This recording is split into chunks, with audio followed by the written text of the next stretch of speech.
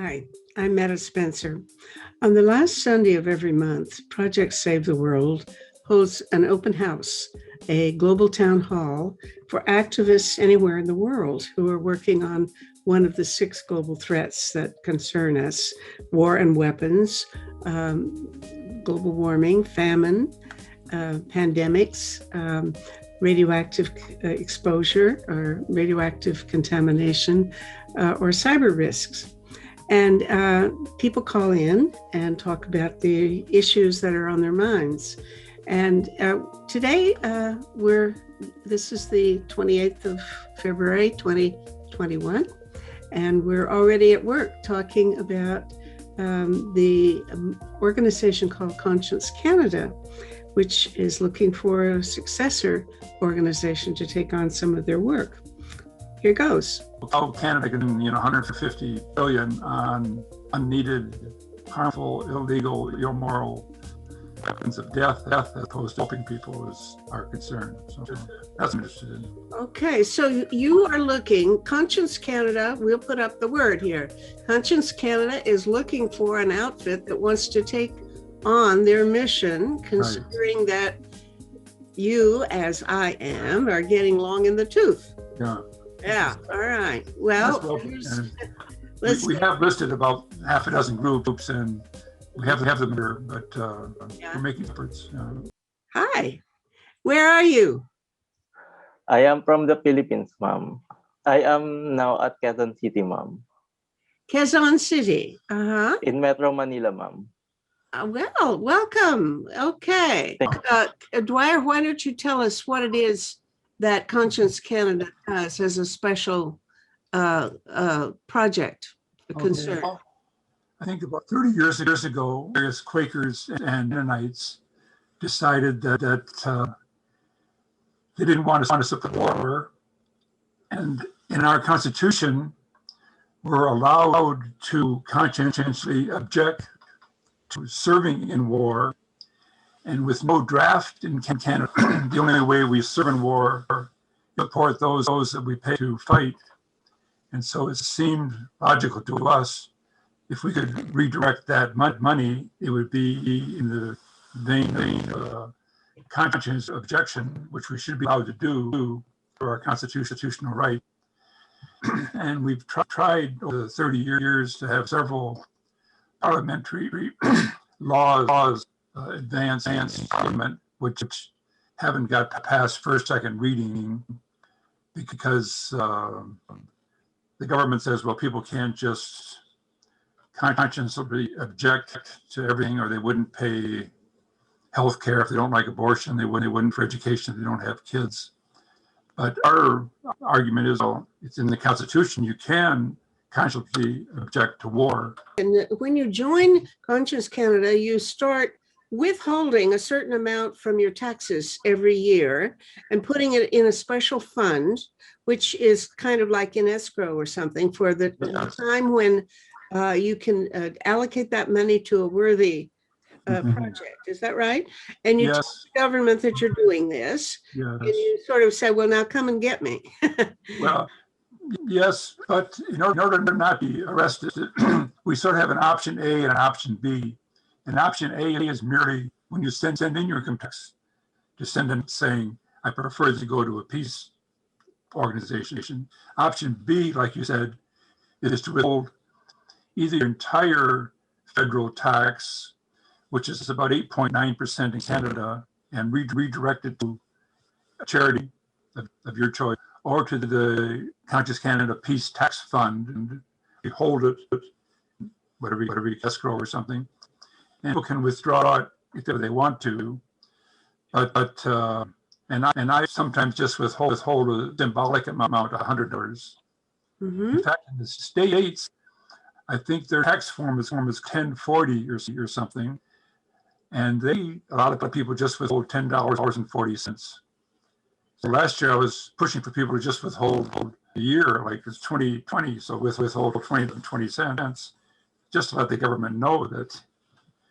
So anyway, our problem is we're not too tech savvy on social media, and we haven't got the message out. Like me, anybody who's for peace, Mennonite or Quaker, should be signing up. Excuse me, but has anybody ever gotten in trouble for doing this? Not in Canada. In the States, they can come down really hard and, take away your homes and take away ours and take away your mortgage and all that stuff. We, like for me, I get reminded twice a year that I'm behind my tax, and for which oftentimes get penalized and extra interest. And they find it's some other mistakes I've made. I think following the money is where we as peace people can have the most impact. And so withholding taxes is one way, telling the government that they should move the money from the military to addressing climate concerns. And that works in a couple of ways. One is you're actually moving the money from the military, which is the largest segment of society that contributes to greenhouse gases. And you then can spend it much more constructively on renewable energy, providing the personal protective equipment to combat pandemics, etc. And third is that when you do so, the military is the least segment of society in providing jobs, whereas all of the other venues provide many more jobs. So that's my first point. The second point is how to do this. Well, as individuals, we can do this with social responsible investing or environmental social governance, as it's called. And there's a program sponsored by ICANN, the International Campaign Against Nuclear Weapons, called Don't Bank on the Bomb. And you can easily Google that. And that will list the almost 30 companies that invest in nuclear weapons and their delivery systems. Mm-hmm. So again, it's for us looking at the screen, we all have pensions. So and investments, so you can look at how to divest your pension money from those 28 companies. And that also will help. And then if you, as a professional person or whatever, have an organization, the teachers' pension fund, etc., you can ask those organizations to divest of money as well. So I see Alan Ware's on the screen there, and he has his program Move the Money. Yep. And so that was what I alluded to earlier there before you came on, Alan. Just wanted to let you know he was talking about that. And then Susie Schneider's program with PACS, Don't Bank on the Bomb. And then World Beyond War is a third organization that also has a plan on not of divestment from the military and into much better venues to invest in.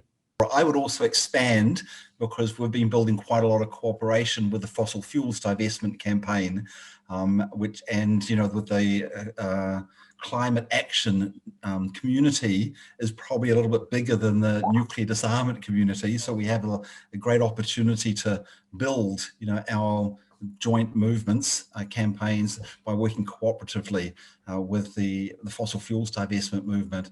But just on the nuclear weapons divestment, so just to let people know, I'm the Global Coordinator of Parliamentarians for Nuclear Non-Proliferation and Disarmament. And we started looking at the issue of nuclear weapons investments back in 2005 is when we started work on this. What we were looking primarily at, because we're a network of parliamentarians, was nationally or federally controlled funds, such as sovereign wealth funds, national pension funds, public trust funds, and things like this, where there's huge amounts of money. And so if you can manage to work on divestment there, you can shift a large portion of investment money. And so our parliamentarians took forward this over the years and were successful in 4 countries in getting federal policies to stop investing in nuclear weapons. So that included Norway, New Zealand, which is my country, Switzerland, and Liechtenstein. And these were, they're not all the same, because countries have different ways that they're involved in money. Switzerland, it was primarily through a legislation that was created guidelines for non-investment in the nuclear weapons industry, and impacted on the pension funds. And this was ones that weren't specifically controlled by government, but had to sort of, manage their investment funds along the line, guidelines from the government. And so that's now affected like a huge number, because our network of parliamentarians were also very much involved in the pension fund managements. In Norway, it was like one big fund. And this was a huge amount of money, because it was Norway got a huge amount of money from oil, from offshore oil. Mm-hmm. So it was the global fund of Norway that decided to stop investing in nuclear weapons through the action. New Zealand, it was a few, our superannuation fund, our accident compensation fund, our national bank, which is Kiwi Bank, and then a few other smaller government controlled funds. You call your bank Kiwi Bank, really? Kiwi Bank, yes. Yeah, because Kiwi is our national bird, and it's also what we call ourselves. Yeah. Okay. And we then started looking at then going down the next level and going, you can really only get that moving if you've got a government which is against nuclear weapons, pretty much. It's hard to do it if you're in a nuclear armed state, because you've basically got to persuade the government or government agencies to do that. So what do you do in other countries? And so we then started looking at city and state funds, and we got quite a lot of traction in Germany. So there's a lot of divestment from the German states, Bundesräte, and also from the cities. And in that campaign, we actually did it in cooperation with 350.org. And so we basically took one resolution, pretty much then, which was to stop investing in nuclear weapons and fossil fuels. And there was also some other organizations, so that they also included, most of them, non-investment in the nuclear energy industry, which was also like a big thing in Germany. People wanting to shift from reliance on nuclear energy to renewable energy. And then Don't Bank on the Bomb was established, which looked at individual investments in banks. So it was a wonderful, addition, to the field of divestment. And Don't Bank on the Bomb has done like really excellent work at looking at which banks are investing in nuclear weapons, so that individuals can look at, who they're banking with and decide, am I going to have my bank accounts in a bank that is investing in nuclear weapons or not? Listen, excuse me, but don't you have a list of, I think I once saw a list of Canadian banks, maybe we even printed it in Peace Magazine, but I think we ought to put it on our website. Can you help me get hold of that? Because I think maybe for all the countries, I don't know, but I think it's neat for people to know what banks in their country they should admonish on this. Yeah. So the banks, that's Don't Bank on the Bomb, has done the investigation on the banks, and so I can pull it out sort of later and put it in the chat, but anyone can go to the Don't Bank on the Bomb website to look at the banks. Yeah. Oh, okay. Okay. Yeah, I'll put that in the chat box soon. Yeah. Sure. And then finally, I just mentioned we were combining that with also direct, action on budgets in the nuclear armed states, cutting the nuclear weapons budgets, so that the divestment action can actually help to support, because in the United States, for example, it's very difficult to get congressional support for cutting the nuclear weapons budget. our co-president is Senator Ed Markey. He's got a bill in there called the SANE Act, Smarter Approach to Nuclear Expenditure, which calls for slashing the amount of money that goes into nuclear weapons. But he can't even get all the Democrats to support. I know. Because the nuclear weapons industry is so powerful. They've got like producing, parts of the delivery systems primarily, the submarines, the planes, the missiles in many different states around the United States. So they basically lobby, the nuclear weapons industry lobbies the congressional members and says, you've got to keep the funding going for nuclear weapons because that's creating jobs.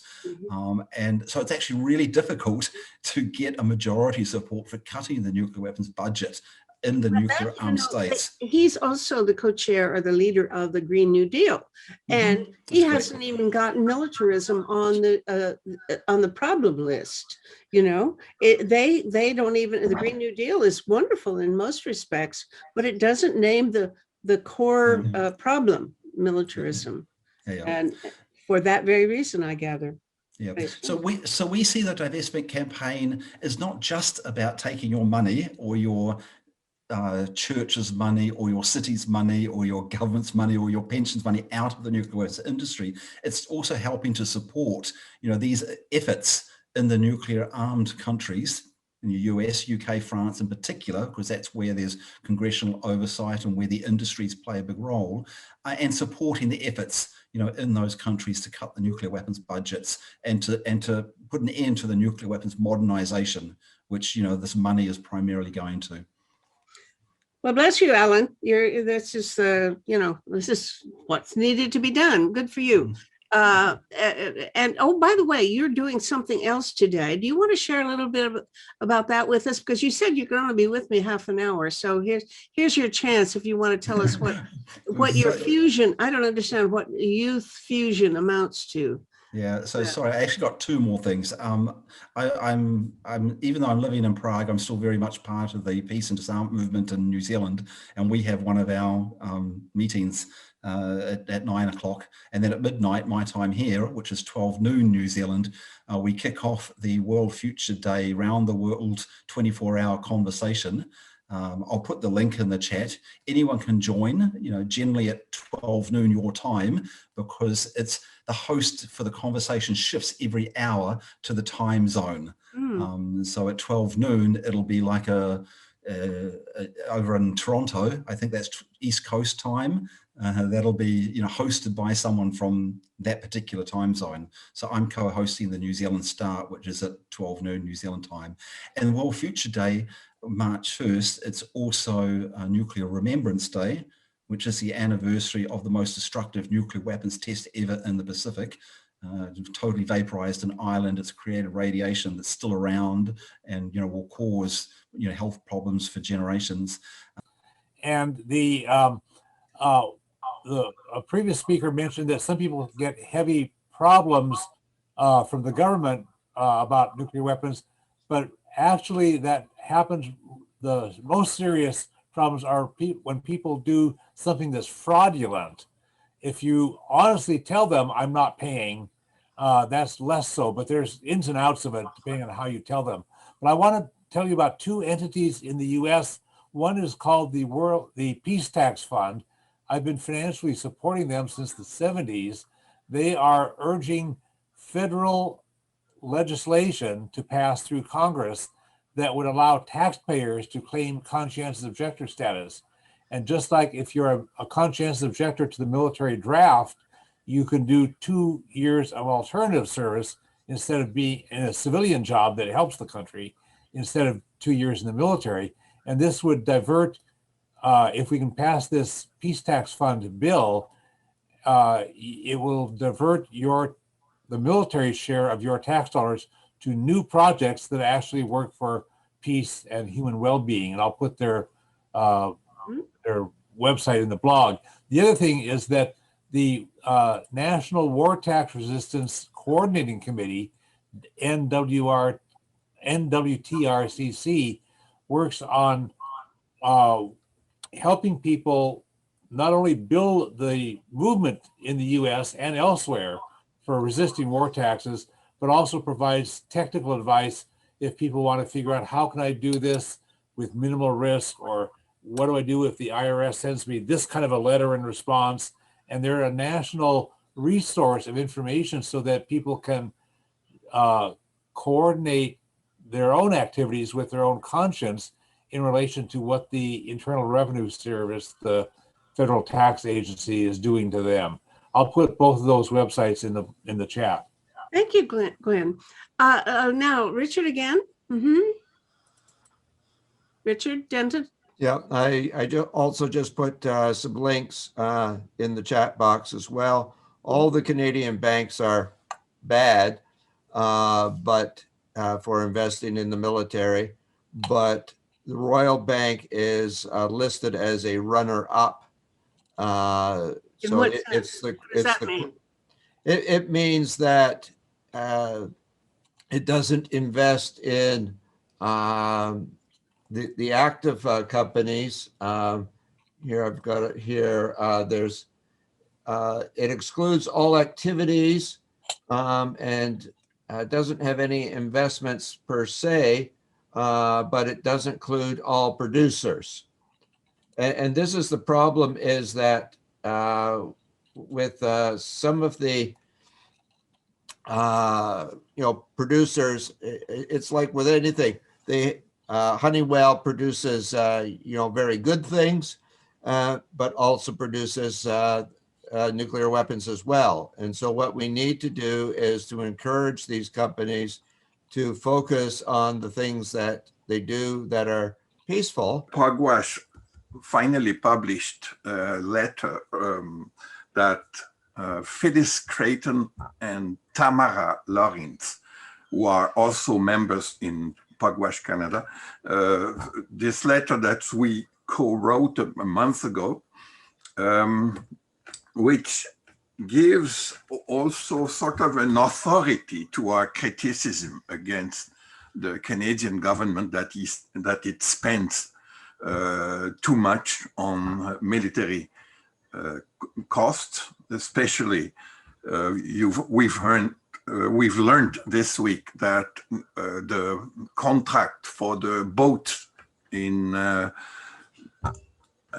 New Brunswick, the Irving Lockheed Martin built war boats, are now going to cost at least $77 billion. And they are equipped with missiles and all sorts of offensive equipment. So that it's, I love what Rachel Small is doing against the jets, which is also another Canadian military investment, which is absolutely absurd, that will create more refugees in the world and more problems. SIPRI, the Stockholm International Peace Research Institute, and their statistics show that, for example, United States spent as much money for the military equipment as the 8 other countries after, which include China, Saudi Arabia. The NATO countries, for example, have spent in the last 3 years 16 to 18 more money in military equipment than Russia. We always go after politicians, and we kind of don't know or don't have the wherewithal to figure out who are the bureaucrats that keep these things moving forward. So in BC, which it's not a huge government, and they decided yesterday to spend $16 billion on a dam that's going to flood a very important river valley. And in British Columbia. So on the giant Peace River, they want to put a third dam, and it's going to flood something like 82 kilometers or miles of prime agriculture river valley in northern BC, one of the best microclimates for growing in northern BC. So so what they've got, and I challenge anybody on the call to find another L-shaped dam in the world. So they've got so many geological issues with that dam that it is going to be L-shaped. And even then it could. So they're sitting at $6 billion sunk costs right now, and they're proceeding with another 10 billion in the future. And it's just, I just think, who are these bureaucrats that convince governments that this very bad plan is somehow a good idea? Hi. Hi, I'm in Ann Arbor with Odile. I've been on a couple times before. This is all questions related to peace in the world. We are engaged in Ann Arbor in the Earth Day, and how to see this question of climate calamity as a connecting point for all the outstanding questions that on which survival depends. And we're trying to envision in this time of difficulty in actually meeting. We've had a long campaign to create a community commons, take the most valuable land in the center of the city and take it out of the market and make it a commons for everyone. And to have a Sorry, would this be like a park, or what would you do with this land? Yeah, it's a park, and it will be a civic center building also. Oh, yeah. Right now, it's a parking lot. We're unpaving the parking lot to put up Paradise. Wow, how about that? Good. All right, go on. I interrupted you. So we're trying to make a pathway through this park of exhibits from various aspects of the transformations that are needed to move from this state of the war economy to the peace economy that can deal with the global questions we need to work on. As the war economy defines itself, at least in the United States, as full spectrum dominance, that's what the Department of Defense calls their vision statement. And we think that we should all adopt the comparable phrase for ourselves as full spectrum cooperation. And so we're trying to bring all the elements in Ann Arbor dealing with solar energy and geothermal and so on, and new work and new culture and the economy, and into some pathway sort of envisioned as the not exactly the yellow brick road, or maybe the pathway to the back of the closet into Narnia. But what are the elements of transformation that we need to make visible so people can see as they walk past through a pathway, what are the various components, as Meta you have in your various the 9 or 7 problems and the 53 points. You know, if we had an exhibit for every one of those and people walked the path, by the time they got to the back of the closet, they would have a pretty good idea of what's waiting for them. And it seems that what we really need is that the children in their schools begin to understand what is the culture of peace. So we are promoting in every school that there should be a peace place, a physical place, and a table, maybe this design of table. And when there is a conflict, the kids come together, or the kids and the janitor or the parents, whoever the components of the conflict are, what are the dividing issues and what is the reconciliation? Okay, Rodian, tell us what's going on in the Philippines. You said that your main issue there in the Philippines is, please elaborate on what you think that is. The most pressing issue here in the Philippines, ma'am, as I said earlier, is about the current administration's war on drugs. War on drugs. Yes, ma'am.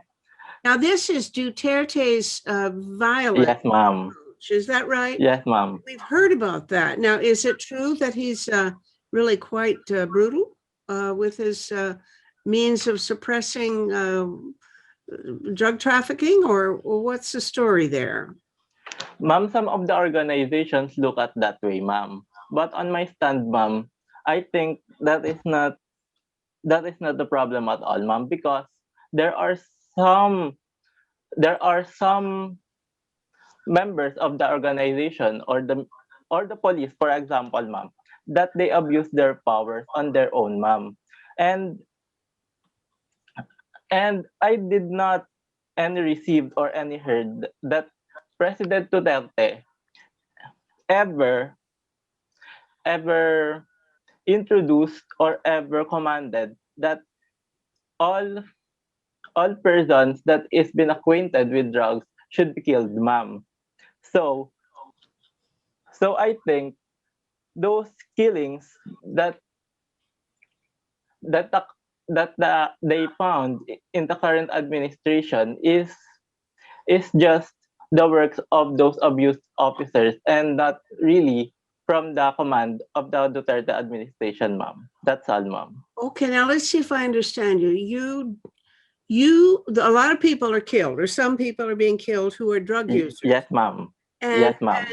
and the idea, you doubt that it's because the President Duterte ordered it. You think that these are rogue cops doing things violent Yes, ma'am. on their own without being instructed to do it. Is that it? Yes, ma'am. Yes, ma'am. Go on. Actually, ma'am, there are some instances that the government also sponsored for the rehabilitation of these drug users, ma'am. So I think if the government supports that kind of activities, then why else that they have to order or command to the police to kill those drug users, ma'am? And I think that is an issue for me that the international community looks up to, ma'am, with the current administration. The UN want to investigate in our country with the use of the International Criminal Court. The UN or this International Criminal Court should or should not look into this? Ma'am, I think for now, they should not look into this for now because there are some lot of other issues that we need to address to, ma'am.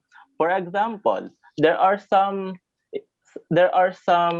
raising violence on our fellow neighbor, ma'am, in Southeast Asia, which is Myanmar. And that I think that is more pressing issue that there, ma'am, other than here in the Philippines, that they should look up to first, ma'am. Okay, I see that. That's a good argument. If there's a shortage of resources to do investigation, we certainly ought to allocate them to Myanmar. Yes. Where are the substances coming from in the Philippines? Because I've heard there's a significant drug trade that comes through the shipping industry in Southeast Asia and the Pacific. But are the drugs manufactured in the Philippines, or are they being imported from elsewhere? And how does that impact the Philippines' relation with neighboring countries? I know it's already quite tense with the South China Sea and other situations. So where are these substances coming from that have become such a contested issue in the Philippines? Majority of the substances that they seized on is within the locality. It is being manufactured here. But there are some instances that they ship out from, I guess, from Latin America, as far as that, and from other Southeast Asian countries and with China. And that's all, I think, some of the shipments of drugs. And by the way, sir, there are some instances also that they are using drug mules from Africa to transport drugs from any other parts of the world, ma'am. There are some reports that it come from the Middle East or Europe, or as well as in Africa. That's all, sir. What kind of drugs are we talking about? Methamphetamine, ma'am. Specifically, ma'am, methamphetamine, marijuana, and other party drugs like ecstasy, ma'am. Okay, now those are not nearly as bad as the fentanyl problem that we have here in Canada and the United States. That's good to know, ma'am. The number of people who've been dying of these fentanyl overdoses, and it doesn't take much to overdose with fentanyl, that the number of people killed from that is just astounding.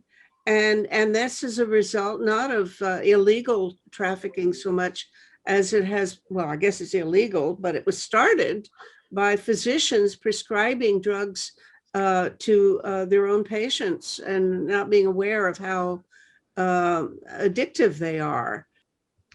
As I explained in previous meetings together with others, I work with Reach Unreached Millions Worldwide, which is based in Finland, where I live. Let me say this again. It's an unusual title. Reach Unreached Millions. Is that the title of your group? Yes. Reach Unreached. Reach Unreached Millions Worldwide. Thank you. It's based in Finland, Europe, registered. And also we have registered it in East Africa, in Burundi, and also operating in Tanzania.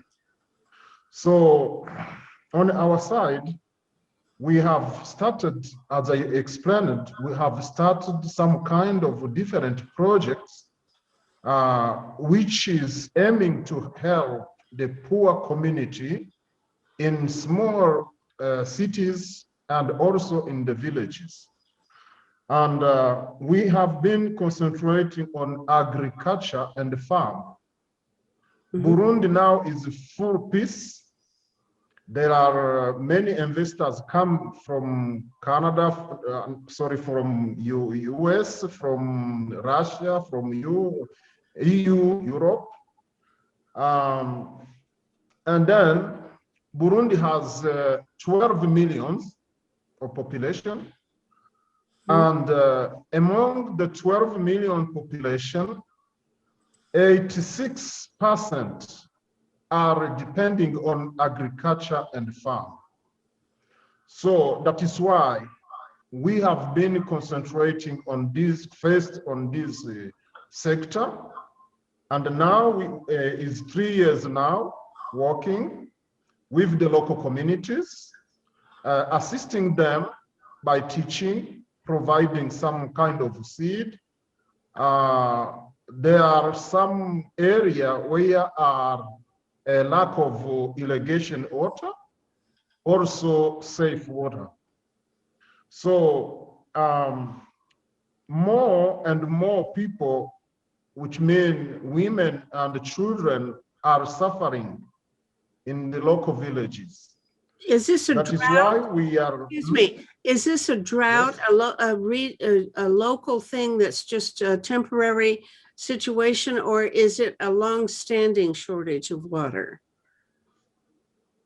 It's not temporary. We want just to establish a project for a long time, so that they would have enough food harvest in their poor families. So how would you get water to them? Are you talking about building tube wells, or are you talking about some other source of water? You say they're short of water. There is a problem. There are few rivers, and also in some valleys there are water, but in other area there is no water. They need irrigation.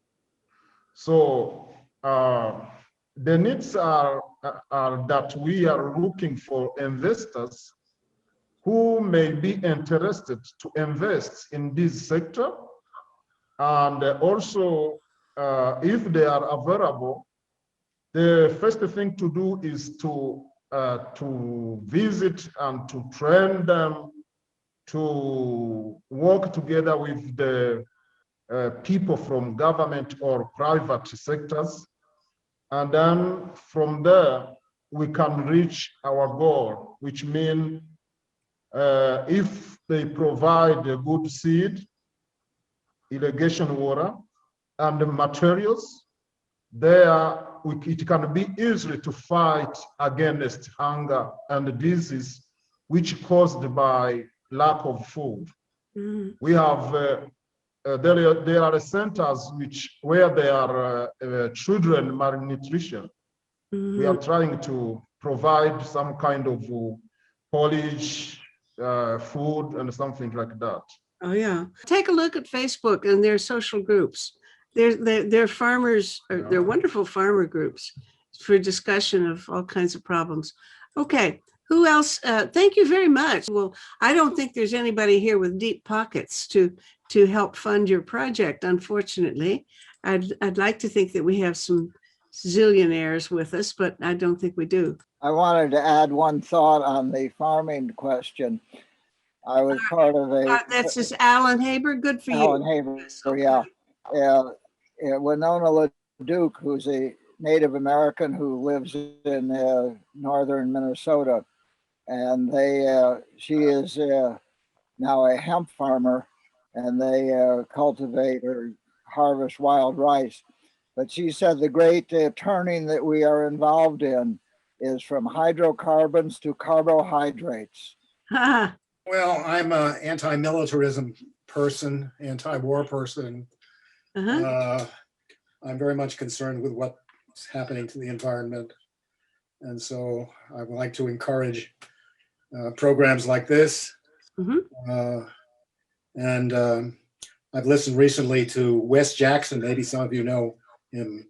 He has this institute in Kansas about how farming should be done as it's not being done at present time. Just put it, Wes Jackson or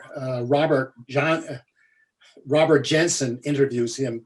If you put that in Google, you'll find, I'm sure, references to it. Okay. He's quite a prominent person. Cassava is a staple food for millions of people around the world. I was wondering if it is in Burundi as well. I've heard a challenge with climate change. So cassava naturally produces a form of cyanide, depending on the type that you grow. And you generally have to heat it up or boil it to get this out of the plant so that it's safe enough to eat.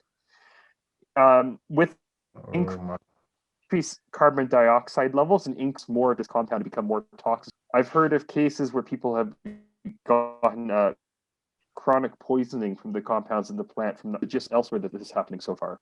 Joseph, do you know that there's any problem with the cassava crops in Burundi? Cassava is one of the food they are using a lot. Cassava, rice, beans, and vegetables. So are there problems with it poisoning people because of the climate change? How are things in Vukovar, Croatia? Well, we're working all over the world online now. And we're trying to give people, teach people to, in their own communities, to work with psychological issues, particularly of conflict. So we create barefoot therapists or peer supporters. And we have groups of 3 to 10 people. And by the way, if anybody is interested in that, they can contact us. What we're seeing, unfortunately, all over the world is that the psychological state of people is horrible. First of all, if we go to the Mediterranean and we go to the whole migrant issue in Europe, many, many people are dying on the Mediterranean. So it's going from Turkey to Greece, and it's going from Libya in particular, but also from Algeria and Tunisia to Italy, Spain. There's now a problem in the Canary Islands because people are going from West Africa to the Canaries. Conditions within the camps are horrible, completely unsanitary, very little electricity. The bureaucracy is abominable. It's taking people years. COVID is rampant in these places. It's horrible. We're also working in Congo, Rwanda, and there are lots and lots of massacres. By the way, there are new Ebola outbreaks, among other places in Guinea and in the Eastern Congo. And new intertribal tensions within Congo and other places. And we have now we have a small group of psychologists in Turkey. The minority groups there are suffering very badly, particularly the refugees from Syria. There are 4 million refugees from Syria in Turkey at the moment. One project that we're beginning to prepare, and I say this very carefully, with a couple of psychologists there, is one on young male Syrian refugees. And young males are not being treated anywhere. These are minors or young people. In short, the whole situation, by the way, also the situation in Bosnia is, and we've talked about this before here, is being complicated by even more new earthquakes in Croatia, which in the areas bordering on Bosnia. And there are huge pushbacks, very violent pushbacks by what is known as Frontex. Frontex, that is the European Union police. In short, the whole situation, we urgently need people who will help with online giving assistance and with teaching. Who supports all these millions of refugees in Turkey, for example? How are they fed? Are they schooled? Are they given medical treatment? And if so, where does it come from? Food and clothing is being given to some. Most of it comes down to the non-governmental sector. UNHCR and IOM do something, but it's very inadequate. If you look at the UNHCR figures as to how many children are not getting education because of the COVID situation, it's abominable. Nobody is giving psychological assistance. And this is why we have this attitude that we need to train this new group of people. We're looking at just about every foundation that we can find. We're looking at UN, we're looking at EU. You actually train people by Zoom. Absolutely. They can practice psychotherapy at a distance by Zoom, right? Absolutely. And people, we have groups. If anybody is interested, or if anybody who knows people, and I'm looking at Joseph in this regard in Burundi, because we have a couple of groups in Rwanda as well. We have groups of 3 to 10 people. We work on Zoom for approximately an hour to an hour and a half, sometimes 2 hours per week. We cover how to work with people, self-care, communication, basic psychology and counseling, nonviolent conflict transformation, and human rights. And it's very much a participatory program. It's very Rogerian, if people know what that is. You know, there are so many people who are saying, I am bored out of my mind. I'm stuck at home. I can't get out. I want to do something to meet more people. My goodness, the world is full of people who might be, if they just knew about your project, might be excellent people to volunteer and to learn to be barefoot therapists. You're shaking Absolutely. your head. Oh, I thought you were saying Absolutely. no. No, I'm saying yes. I'm saying yes. And I'm also saying that the best thing that people can do is to listen. That's the key to it all. Just to allow people to ventilate. This is crucial. And if you give people the chance to tell about their traumas, to acknowledge them, to listen to them non-critically, that's about the best therapy that you can give to anybody to do this. You can learn to do it. And if anybody's interested, or if you know people who are interested, contact me. We're more than willing. We're working, I'm getting about 4 or 5 hours of sleep per night. But we're still willing to work with people. Thank you. Because I have some friends and musician friends in Croatia, so that they might. I wrote Deutsch Grammophon text for Ivo Pogorelic for 8 years, so who knows? Maybe he might be interested. Okay, I will put my website. Even if somebody in North America says, Absolutely. If people get trained, you can use Zoom for. Absolutely, that's what we're doing. Religions for Peace is trying to regroup across Canada and also work in collaboration with all of you people. We'll be talking about that with Meta on the 12th of March as a member of the Quakers and as a longtime collaborator with the peace churches. I think that we all have a lot to do together and not exclusively with religious groups. I mean, somebody on this show a couple of months ago said the important thing is to keep talking to each other, especially when we disagree, because it's only in accepting our disagreements and moving beyond them that we can make the peace movement work. Mm-hmm. Absolutely. Okay. Rose Dyson, I hear you have a new book out. Here it is, the cover. Hot off the press. It's published by Black Rose Books in Montreal, and it's an update really on what the abuses of media or violence in the media entertainment, but also in a systemic form. We've got social media now that's added to all of this. So those are the trends that I talk about. I trace them over a period of about 20 or 30 years and come up with some recommendations. And we're very concerned about some of the trends as they pertain to the rising popularity and use of video games, particularly violent first-person shooter video games.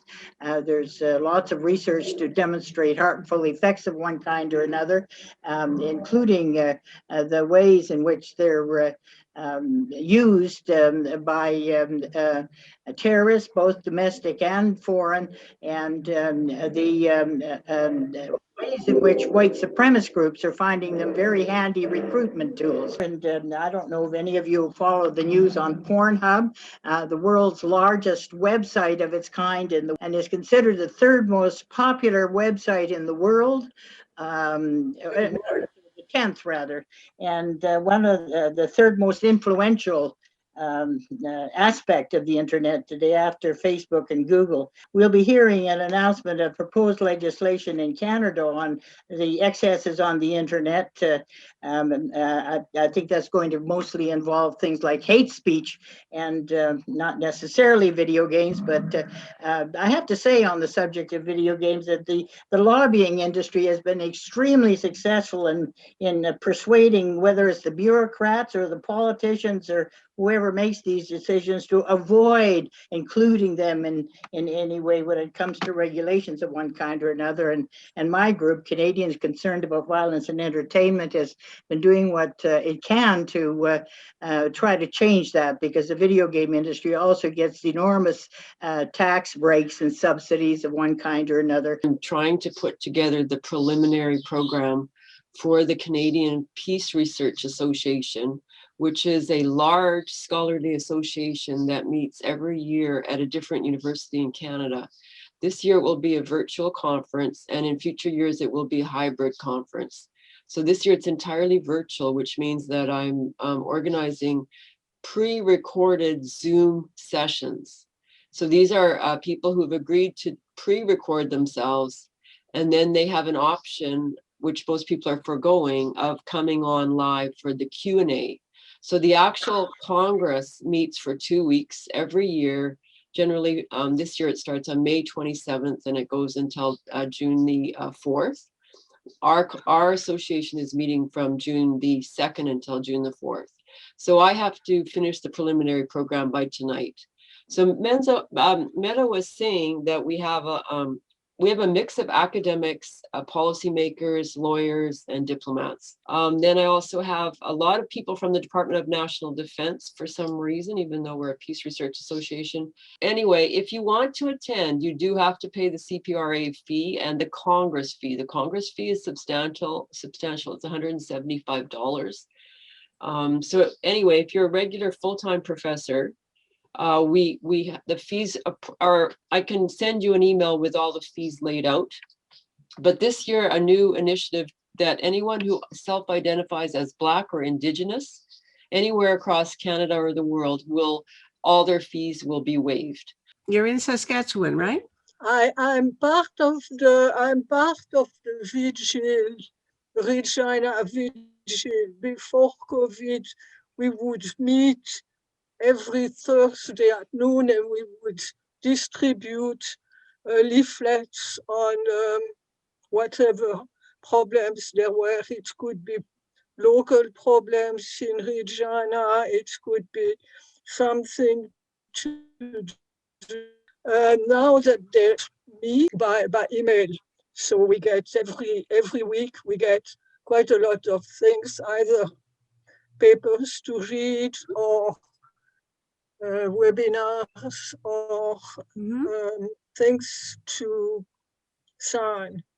And I have worked on and sent one letter to the editor, to the Regina Leader Post and to the Saskatchewan Phoenix with saying that Canada should sign the treaty on prohibition of nuclear weapons, and arguing that you can very well stay in NATO and sign.